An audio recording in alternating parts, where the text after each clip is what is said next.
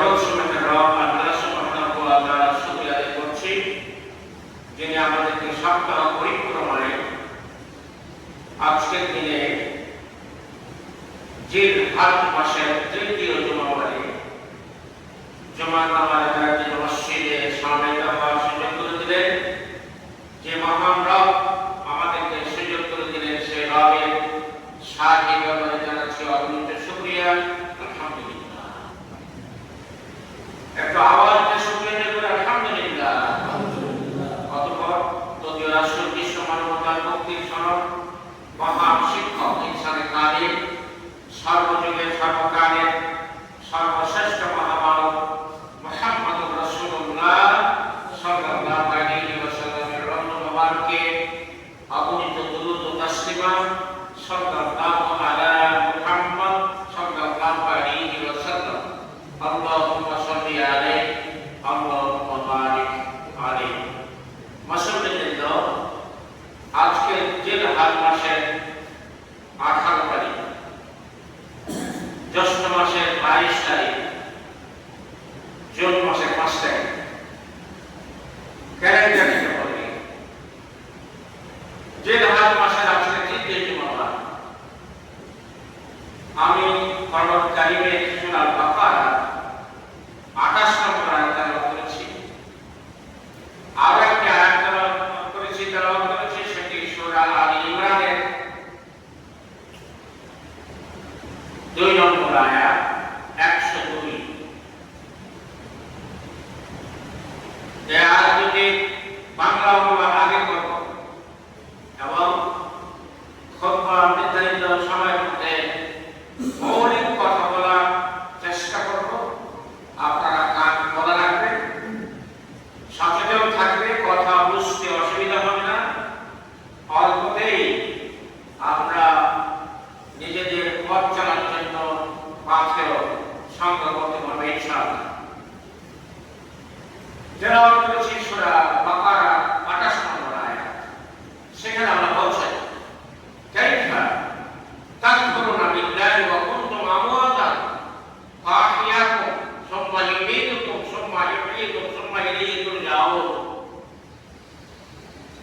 সূরা বাকারা 28 নম্বর আয়াতে বলছে, তোমরা কিভাবে, কেমন করে আমি আল্লাহকে অস্বীকার করছো,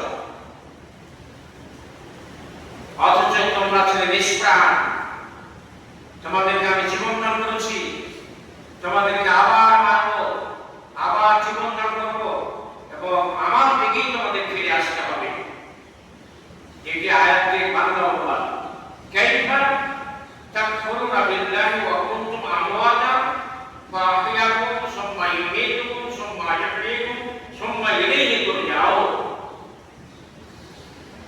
আবার তর্জমা করছি, কান্নারা কিভাবে, কেমন করে তোমরা আমি আল্লাহকে অস্বীকার করো, আমার বিধিবিধান মানো না, যা আদেশ করেছি তা পালন করো না, যা নিষেধ করেছি তা অমান্য করো না, বর্জন করো না, অথচ তোমরা কিছুই ছিলে না, তোমরা ছিলে মৃত, নিষ্প্রাণ। তোমাদেরকে আমি জীবন দান করেছি, আবার তোমাদেরকে মারবো, আবার জীবন দান করবো এবং আমার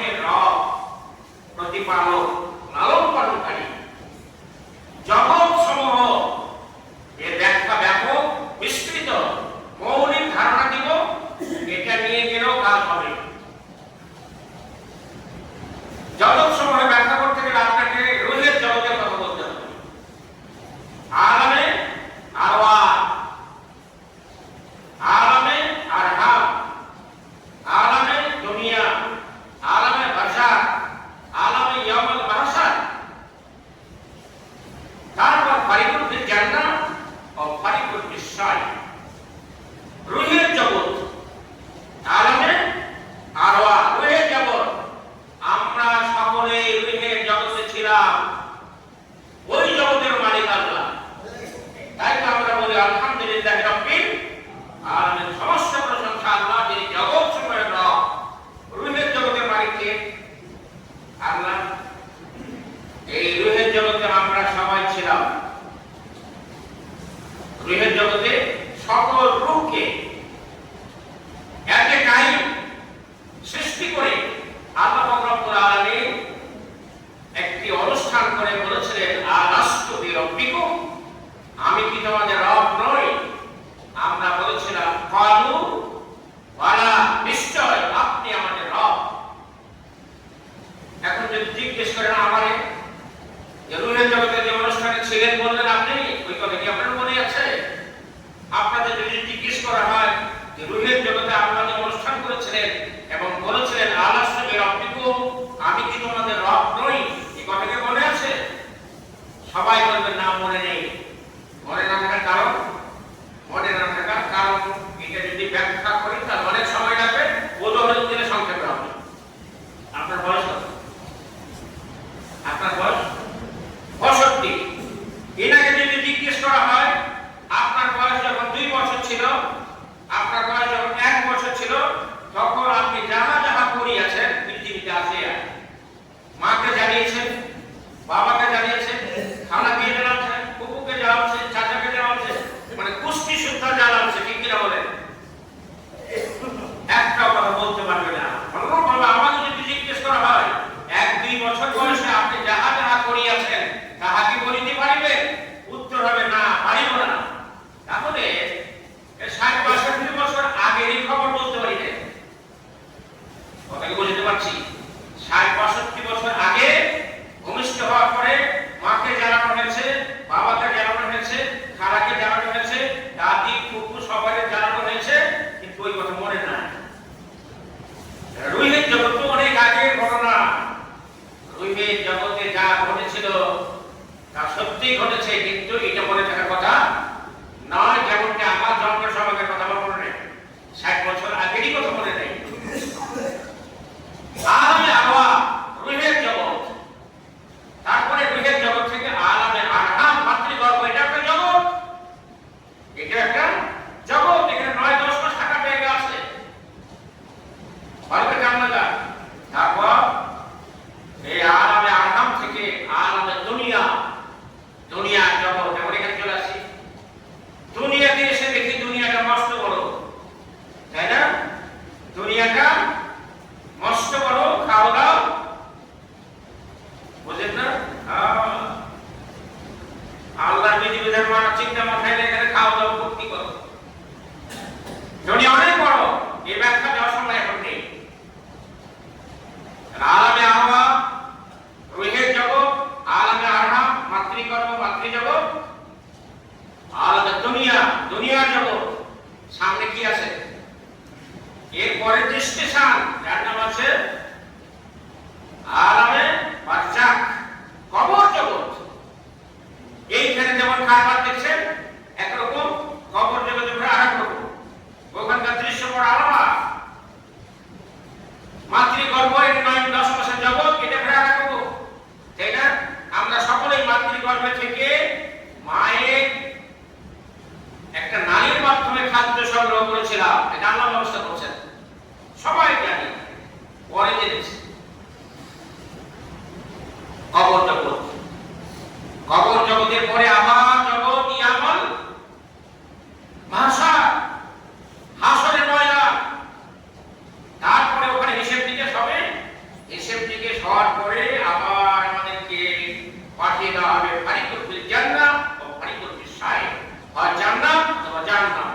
রূহের জগৎ, মাতৃগর্ভ, পৃথিবী, কবর জগৎ, হাসরের ময়দান, জান্নাত অথবা জাহান্নাম। আদম আলাইহিস সালামকে সৃষ্টি করে রাখা হয়েছিল কোথায়? কথা বলেন, জোরে বলেন না কেন? রেকর্ড, ফেরেশতারা রেকর্ড করছে।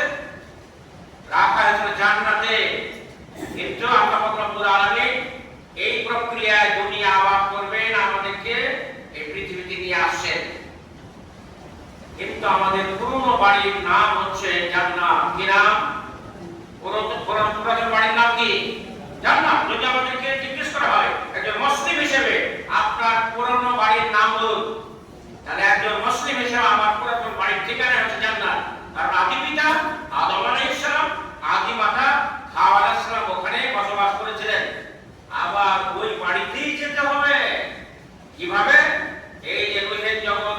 মাতৃগর্ভ, পৃথিবী, কবর, হাসরের ময়দান হয়ে যেতে হবে।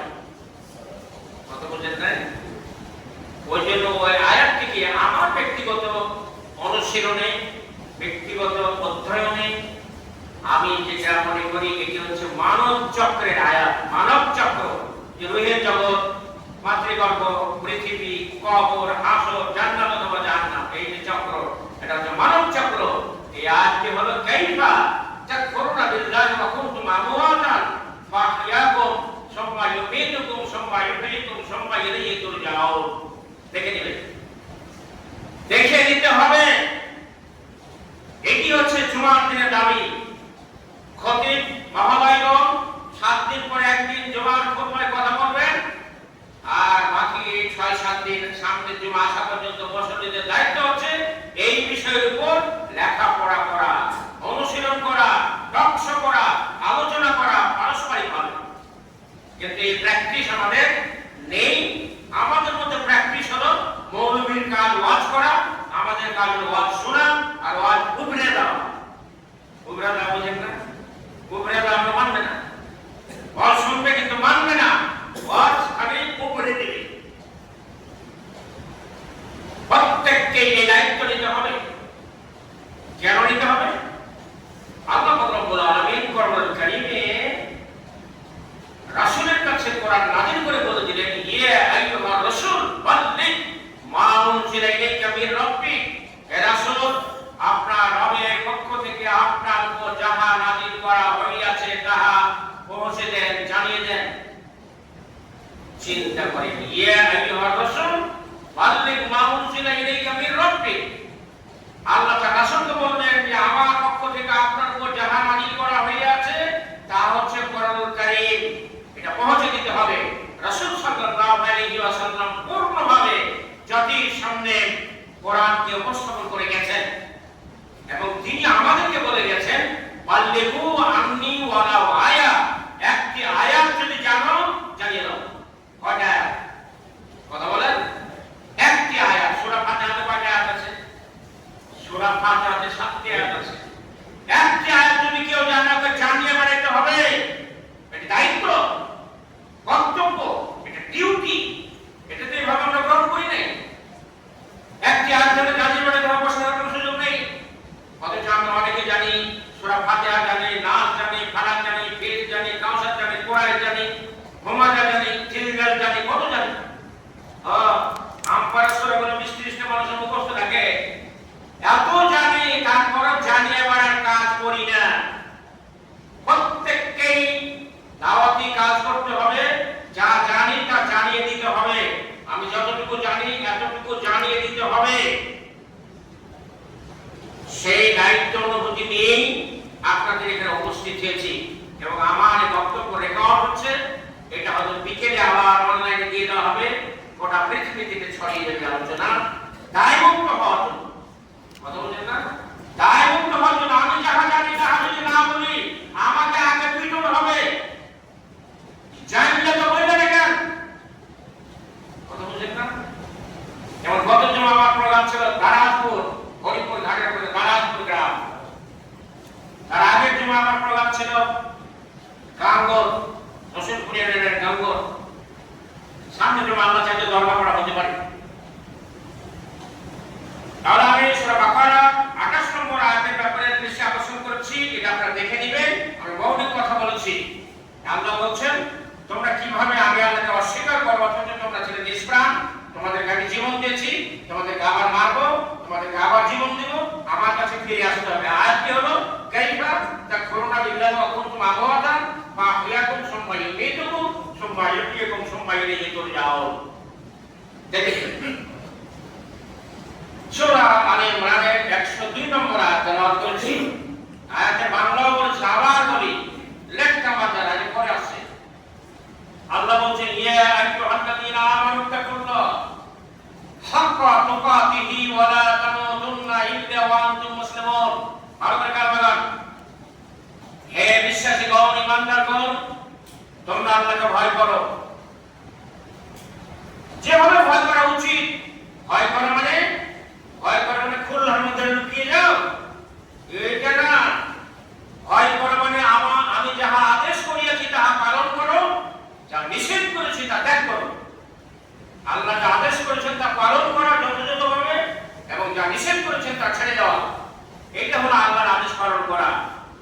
হাক্কা তুকাতিহি, যেভাবে হক আদায় করে ভয় করা, আদেশ পালন করা।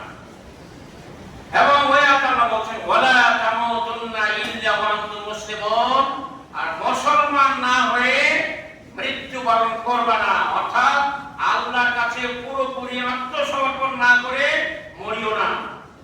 তাহলে কি হবে? আল্লাহর কাছে যদি পুরোপুরি সমর্পণ না করে মরি, তাহলে কি হবে? কোপান হবে, কোপান।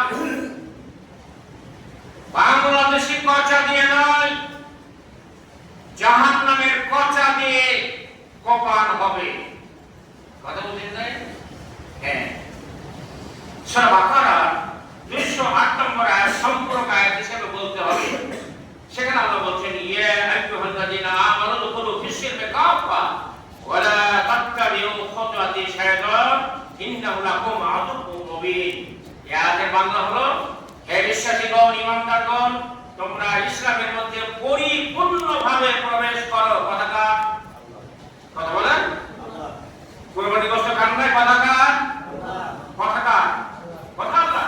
আল্লাহ বলছেন উদখুলু ফিস-সিলমি কাফা, ইসলামের মধ্যে পুরোটাই প্রবেশ করো। ওয়ালা তাত্তাবিউ খুতুওয়াতি শাইতান, শয়তানের পদাঙ্ক অনুসরণ করিও না। ইন্নাহু লাকুম আদুউম মুবিন, নিশ্চয় শয়তান তোমাদের প্রকাশ্য শত্রু, দুশমন। নামাজ ছেড়ে দেওয়াটা শয়তানি কিনা বলেন? কথা বলেন, নামাজ ছেড়ে দেওয়াটা শয়তানের কাজ কিনা? তাহলে নামাজ ছেড়ে দেওয়া যদি শয়তানের কাজ হয়, তাহলে ওইটাই আমরা করছি। অথচ আল্লাহ বলছেন শয়তান তোমাদের দুশমন। যদি কারো সাথে আমার অথবা আপনাদের সম্পর্কের ঘাটতি থাকে, সম্পর্ক ভালো না থাকে, একই বাসে চড়ে পাশাপাশি সিটে কি বসবেন? কথা বলেন, বসবেন না? একই হোটেলে একই টেবিলে বসে নাস্তা খাবেন? আপনার ঘন্টা দিকে টাকা দিবেন? ও, এটা ভাই ভালোই বুঝি, এটা খুব চমৎকার বুঝলাম। যদি কারোর সাথে সম্পর্কের ঘাটতি থাকে, মনোমালিন্য থাকে কোনো কারণে, তাহলে ওকে আমার গাড়িতে নেব না, ওর টেবিলে বসে নাস্তা করবো না, একই বাসে উঠলে পাশাপাশি সিটে বসবো না, ইত্যাদি ইত্যাদি। অথচ আল্লাহ বলেন শয়তান তোমাদের প্রকাশ্য শত্রু, ইন্নাহু লাকুম আদুউম মুবিন, নিশ্চয় শয়তান তোমাদের শত্রু। তাহলে এই শত্রুর সাথে এত সম্পর্ক কেন?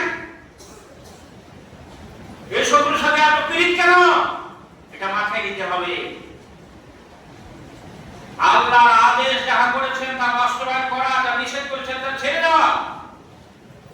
আজকে গোটা বাংলাদেশে যে ঝামেলা চলছে, এই ঝামেলার মূলেই হচ্ছে ইসলাম শিক্ষা ঘরে ঘরে, মক্তবে মক্তবে, মসজিদে মসজিদে চালু না থাকা, নৈতিকতা অর্জনের ব্যবস্থা না থাকা। কথা বলছেন না? আপনারা ইউটিউব এবং ফেসবুকে দেখছেন যে 3 ছেলে এবং 1 মেয়ের মা মারা গেছে ঢাকায়। 7-8 দিন ধরে মরে পোকা হয়ে গেছে, তাও টের পায় নাই। কেউ থাকে কানাডায়, কেউ থাকে বুয়েটে, কেউ নাকি সচিব, মেয়ে নাকি শিক্ষিকা। গণুল কারিমে সূরা বনী ইসরাঈলের 23-24 নম্বর আয়াতে সবাইকে মুফাসসির বানাইতে হবে। কিভাবে? সেখানে পিতামাতার দায়িত্ব কর্তব্য সম্পর্কে স্পষ্ট বলে দেওয়া আছে।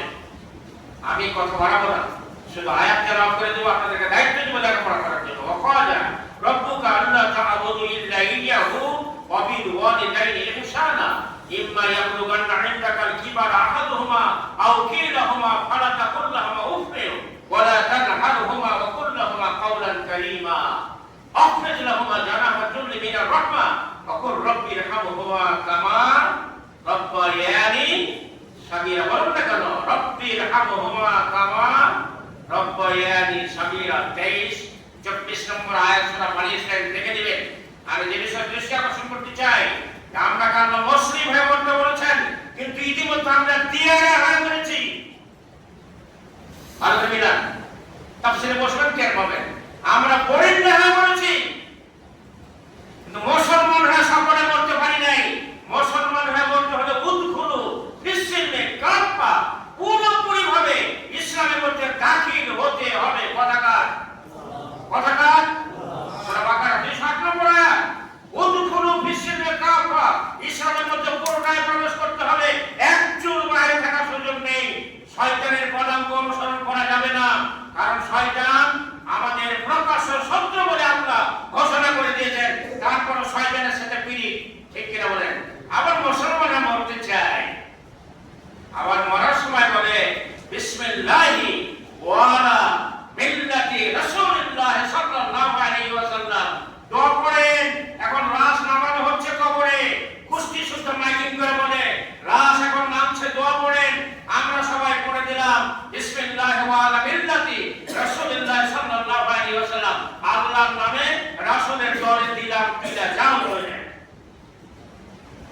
জীবন ভর নামাজ নেই, কালাম নেই, আল্লাহ নেই, রাসূল নেই, রাসূলকে অনুসরণ করা নেই, রাসূলকে অনুসরণ করার জন্য আল্লাহকে পাওয়ার কোনো সুযোগ নেই। ভালো করে শুনে রাখেন, রাসূলকে অনুসরণ করা ছাড়া আল্লাহকে পাওয়ার রাস্তা নেই। কুল কুনতুম তুহিব্বুনাল্লাহ ফাত্তাবিউনি ইউহিব্বুকুমুল্লাহ ওয়া ইয়াগফির লাকুম যুনুবাকুম ওয়াল্লাহু গফুরুর রহিম। সূরা আল ইমরান 31 নম্বর আয়াত দেখে নেবেন। আল্লাহ আয়াতে বলছেন, আপনি বলে দিন, রাসূলকে বলা হলো, ইন কুনতুম তুহিব্বুনাল্লাহ ফাত্তাবিউনি, আমি আল্লাহকে যদি কেউ ভালোবাসতে চায়, আমি আল্লাহকে পেতে চাই, তাহলে রাসূলকে অনুসরণের মাধ্যমে। তাহলে আল্লাহ আমাদেরকে ভালোবাসবেন, আমাদের গুনাহ সব ক্ষমা করে দিবেন। কুল কুনতুম তুহিব্বুনাল্লাহ ফাত্তাবিউনি ইউহিব্বুকুমুল্লাহ ওয়া ইয়াগফির লাকুম যুনুবাকুম ওয়াল্লাহু গফুরুর রহিম। নিশ্চয়ই আল্লাহ ক্ষমাশীল, পরম দয়ালু। এজন্য বেশি পণ্ডিত হওয়ার দরকার নেই। এটা আল্লাহর আদেশ, যেগুলো এগুলো জানতে হবে, মানতে হবে। নিষেধ জানতে হবে, মানতে হবে। নামাজের আযান হলে কাল্লা বাঁকা করে চলে যায়, তারপর নিজেকে দাবি করে আমি মুসলিম। তুমি মুসলমান নাম তুমি দিয়ে ঠিক না বলে, তুমি মুসলিম নামে কোনো সনদ নেই। নামাজ না পড়লে নাম রেজিস্ট্রেশন তালিকা থেকে কেটে যায়, মুসলিমের তালিকায় নাম থাকে না। কারণ মান তারাকা সলাতা মুতাআম্মিদান ফাকাদ কাফারা, যারা স্বেচ্ছায় নামাজ তরক করে এরা কুফরি করে, একটি পর্যায়ে তারা কাফের হয়ে যায়। বাইনাল আবদি ওয়া বাইনাল কুফরি তারকুস সালাত, একজন আল্লাহর বান্দা এবং একজন কাফেরের মধ্যে পার্থক্য হচ্ছে নামাজ। নাম বিজয় কুমার আর আমার নাম আমিরুল। আমি নামাজে আইলাম না, বিজয়ের সাথে আমার কোনো পার্থক্য নাই। বিজয় যা আমিও তা, কাশিনা তো যা আমিও তা, কুটিল যা আমিও তা। ঠিক কিনা বলেন? এটা পথ পড়ার না। কথা বুঝেছেন? কথা শেষ, কথা বাড়াবো না। আমি দৃষ্টি আকর্ষণ করতে চাই যে বিষয়ের সাথে এখন আমরা থাকবো না। থাকবো না কি বলেন? কোথায় যেতে হবে? যদি বলেন কোথায় যেতে হবে? কত লোকের কবরে পাঠানো, নিজের খবর নাই। কথা বুঝেননি? কত লোকের কবরে পাঠানো, নিজের খবর নেই। এই জন্য কবরে যেতে হবে আমলকে পরিশুদ্ধ করে। কে দোয়া করবে, কে সাদকা করবে, কে জিয়ারত করবে, ওগুলো ভুলে যান। কথা বুঝেন না? ওইটা বাদ দেন। নিজে যেমন করি না, আমার কপালে ওটাই জুটবে। আমার সন্তান সম্পদের, আমার প্রতিবেশীরা আমাকে স্মরণ রাখবে না। এজন্য আমরাকে ইসলামী সমাজ নির্মাণের জন্য কোরআন সুন্নাহর জ্ঞান অর্জন এবং বিতরণ, এই কাজটিকে চূড়ান্তভাবে গ্রহণ করতে হবে। এটা একটা মসজিদ, এই মসজিদে কমপক্ষে সপ্তাহে একটি দিন এরকম একটি 1 ঘন্টার কোরআন ক্লাস হওয়া প্রয়োজন। ঠিক কিনা বলেন? ঠিক না? করবে কেটা? ওই মৌলভী পরিবে যে মৌলভী এলএম অর্জন করেছে, সেই মৌলভীকে এটা করতে হবে। মৌলভী তারা ফি দিবে কে? ওই মৌলভীকে বাড়িতে খেয়ে আসতে হবে, ওই মৌলভীকে নিজের ত্যাগ করে আসতে হবে। কত বুঝেন না? ইসলাম প্রচারের ধারা যেটা চালু আছে সেটা গোটা উল্টে দিতে হবে, মৌলভীকে আসতে হবে। আমি রংপুরের একজন প্রখ্যাত আলোচককে বলছিলাম যে আপনাদেরকে দাওয়াত দিয়ে ডাকতে হয় কেন? আল্লাহ রাসূলের ঘোষণা হচ্ছে বাল্লিগু আন্নী ওয়ালাউ আয়া, একটা আয়াত যদি জানো জানিয়ে দাও। গোটা দুনিয়া আপনাদের তো শোনা ঘোষণা জানেন না, কারণ যে নিয়ামত করে আমি যেতে চাই আপনারা ব্যবস্থা করেন। হ্যাঁ, ও কবে দাওয়াত দিবে ডায়েরি করে বসে আরে সহকারী ঠিক করবে, আপনার ফি লাগবে 80,000 70,000, ওরা ভুলে যান। অল্প সময়ের মধ্যে এই ব্যবসা বাংলাদেশে বন্ধ হয়ে যাবে ইনশাআল্লাহ। বলেন কথা বলেন, ইনশাআল্লাহ বলেন। মৌলভীতে 80,000 টাকা দিয়ে 2 ঘন্টা ওয়াজ শুনতে পারে, বুঝে নেন। আমার ইমাম সাহেবের কাছ থেকে আমাকে কোরআন ক্লাস করতে হবে। এই ইমাম সাহেব আমাকে সূরা ফাতিহা পড়াবে, ইনি সূরা ফালাক নাস পড়াবে, কুরাইশ পড়াবে, ফিল পড়াবে, হুমাযা পড়াবে, সিলজার পড়াবে, কারিয়া পড়াবে, এই ইমাম পড়াবে। কথা বুঝেন না? এজন্য সপ্তাহে একদিন অবশ্যই কোরআন ক্লাসে সবাই মিলে বসতে হবে। ছোট বড় কোনো ভেদাভেদ নেই, সবাই মিলে বসবে। বসা সম্ভব না অসম্ভব? ইনশাআল্লাহ বলেন। হ্যাঁ, সহযোগিতা করা হবে ইনশাআল্লাহ। আমি আজকে সূরা বাকারার 28 নম্বর আয়াত এবং সূরা আলে ইমরানের 102 নম্বর আয়াত থেকে দৃষ্টি আকর্ষণ করেছি। আপনারা এগুলোকে অনুশীলন করবেন। তর্জমাকরণ শরীফ মসজিদে আছে, আছে তর্জমাকরণ শরীফ আছে। ঘরে ঘরে একটি করে তর্জমা থাকতে হবে। কোরআন ক্লাস যদি আপনারা চান আমাকে বললে আমি কোনো একটি দিন আপনাদের জন্য নির্ধারিত করে দেব, আমি ফ্রি ক্লাস করে দেবো ইনশাআল্লাহ। এবং কমপক্ষে যদি আপনাকে আমপারা 37 সূরার ব্যাখ্যা শোনাইতে পারি তাও তো একটা কাম হবে, ঠিক কিনা বলেন? ঠিক না? আল্লাহ রাব্বুল আলামিন আমাদেরকে কোরআন সুন্নাহ ভিত্তিক জীবন পরিচালনার জন্য কোরআন সুন্নাহর জ্ঞান অর্জনের দীপ্ত শপথ আগে নিতে হবে যে কোরআনের জ্ঞান অর্জন করব করব করব। বয়সের সাথে কোনো সম্পর্ক নেই।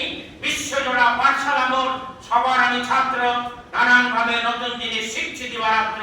কেউ যেন পণ্ডিত সাজি না, পণ্ডিত হওয়া যাবে না, ছাত্র হয়ে মরতে হবে। ছাত্র হয়ে মরতে লাভ কি জানেন? আল্লাহকে বলা যাবে আমরা শিখতেই ছিলাম তলাবুল ইলম হয়ে মৃত্যুবরণ করেছি। তাকে ছাত্রদের ভুল মাপযোগ্য, কথা বুঝেন না? আর যদি কেউ বলেন আমি পণ্ডিত হয়ে গেছি, তাহলে আপনার হিসাব হবে, আপনার হিসাব মজবুত ভাবে হবে। কেউ পণ্ডিত হব না, আমরা সকলেই ছাত্র হিসেবে থাকবো, শিখতেই থাকবো। শিক্ষাকাল দোলনা থেকে কবর পর্যন্ত, মৃত্যুর আগ পর্যন্ত আমরা শিখতে থাকবো ইনশাআল্লাহ। আল্লাহ রাব্বুল আলামিন 5 ওয়াক্ত নামাজে সুন্দর সাবলীল ভাবে এসে নামাজ আদায় করা এবং আল্লাহ বিরোধী সমস্ত কর্মকাণ্ড পরিহার করা, ধূমপান বন্ধ করা। আজকে বিড়ি খেতে খেতে একজন আমাকে সালাম দিয়ে দিয়েছে নিয়ামত করে পাশ থেকে দেবেই, তখন আমি কিছুই বলি নাই, খালি বলেছি যে বিড়ি ধোঁয়া ছেড়েছে, কেবল বিড়ি ধোঁয়া ছেড়েছে আর আমি সামনে পড়ে গেছি। তখন ওই ফাঁকে সালাম দিয়ে দিয়েছে। আমি এই অবস্থায় সালাম দিলেন কেন? ধোঁয়াও ছাড়ছে, আমার বলছে আপনার শান্তি করছি তো। ও ধোঁয়া সহ আমি মুসলমানদের চরিত্র এটা হওয়া ঠিক না। মুসলমানদের চরিত্র প্রশ্নবিদ্ধ হবে, এটা হওয়া ঠিক না। অ্যাক্সিডেন্টাল ভুল হতে পারে, কিন্তু জানি তো ভুল। একবারে পিড়ির উপরে দখল নিয়ে বসে আছে, বোতলের উপর দখল নিয়ে বসে আছে। এই জন্য আমাদেরকে পরিশুদ্ধ হতে হবে, কোরআন সুন্নাহর জ্ঞান অর্জন করতে হবে, বয়স্ক শিক্ষা চালু করতে হবে। সপ্তাহে কমপক্ষে একদিন কোরআন ক্লাস 1 ঘন্টা হতে হবে ইনশাআল্লাহ। কোন ইনশাআল্লাহ বললেন? ভালো করে বলেন ইনশাআল্লাহ। হে আল্লাহ, তুমি ইনশাআল্লাহকে কবুল করে দক্ষিণ গাওয়াল জামে মসজিদের সকল মুসল্লিকে কোরআন সুন্নাহ আলোকে জীবন করে মুসলিম হয়ে মরার যে ঘোষণা তোমার আছে, আমরা কারো ভাঙারি না, নিজের আমলের উপর দাঁড়িয়ে তোমার রহমত নিয়ে কবরে ঢুকে যেতে চাই ইনশাআল্লাহ। ঠিক কিনা বলেন? আল্লাহর রহমত আর যথার্থ আমলকে করে আমরা কবরে চলে যেতে চাই। আল্লাহ রাব্বুল আলামিন আমাদেরকে কবুল করুন। সবাই বলুন আমিন। আল্লাহুম্মা আমিন। আমি একটু দোয়া পাঠ করব, আপনারা আমিন বলবেন। আল্লাহুম্মা আহিয়ানা আলাল ইসলাম, আল্লাহুম্মা আহিয়ানা আলাল ইসলাম ওয়া তাওয়াফানা আলাল ঈমান। হে আল্লাহ, যতদিন দুনিয়া বেঁচে থাকবো ইসলামের উপর টিকে থাকার তৌফিক দাও, মৃত্যুকালে ঈমান নসিব করিও। সবাই বলুন আমিন। আল্লাহুম্মা আমিন। ওয়া আখিরু দাওয়ানা আলহামদুলিল্লাহ। আসসালামু আলাইকুম ওয়া রাহমাতুল্লাহ।